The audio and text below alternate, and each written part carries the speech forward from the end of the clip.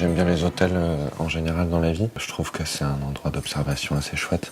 Un poste d'observation, je veux dire, assez chouette. Et puis après, il y a tout un côté romantique de l'hôtel avec le bar d'hôtel, les réceptions et tout ça, les chambres d'hôtel.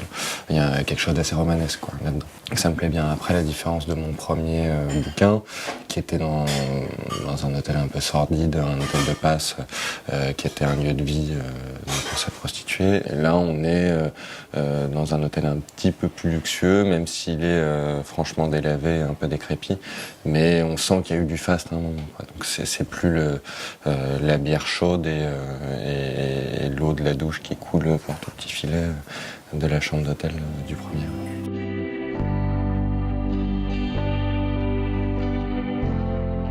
Mon point de départ, c'était un fait divers qu'on m'a raconté.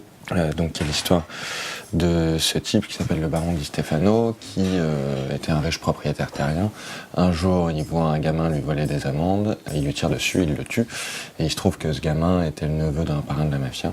Donc la mafia, pour se venger, et puisque le baron Di Stefano était trop important pour la région, plutôt que de le supprimer, on l'a assigné à résidence dans un hôtel qui s'appelle le Grand Hôtel et des Palmes, qui est un hôtel assez incroyable à Palerme, et il y est resté 50 ans jusqu'à sa mort naturelle. En fait. Donc ça a vraiment été mon point de départ, c'est-à-dire que j'ai pas essayé de faire une enquête ni littéraire, ni journalistique sur qu'est-ce qui s'est vraiment passé. Voilà. J'ai essayé d'imaginer que peut faire ce type pendant 50 ans dans un hôtel.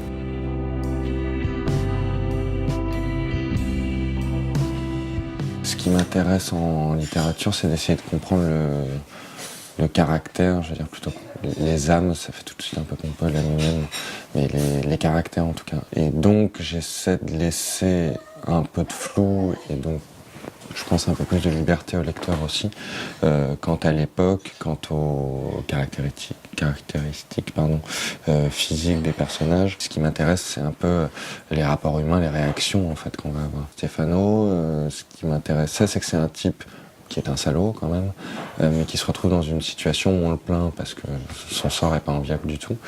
Et j'ai essayé de lui donner des sentiments, des sensations qu'on pardonne pas aux autres mais qu'on se pardonnerait à soi. C'est-à-dire que il peut faire certaines choses et on se dit ah ça c'est dégueulasse, ce type est ignoble, et en même temps c'est des choses qu'on pourrait faire aussi. Enfin, donc c'est pas un vrai méchant ou un pervers absolu, c'est juste quelqu'un qui a des petites faiblesses et puis des petites bassesses, quoi.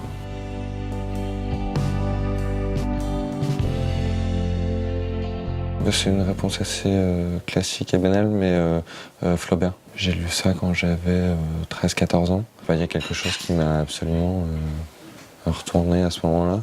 Et donc j'ai commencé vraiment avec le 19e. Je suis venu plus tard au 20e et j'y suis un peu resté, quoi. Donc j'aime bien les auteurs un peu oubliés des années 50, donc, comme Emmanuel Bove, Calais, Guérin, Calafert, voilà, tous ces types-là, qui font un peu une école aujourd'hui, alors qu'à l'époque, c'était pas vraiment une école. J'emprunte quelques petites scènes, alors c'est des références un peu cachées, un peu masquées, j'aime bien quand on les retrouve.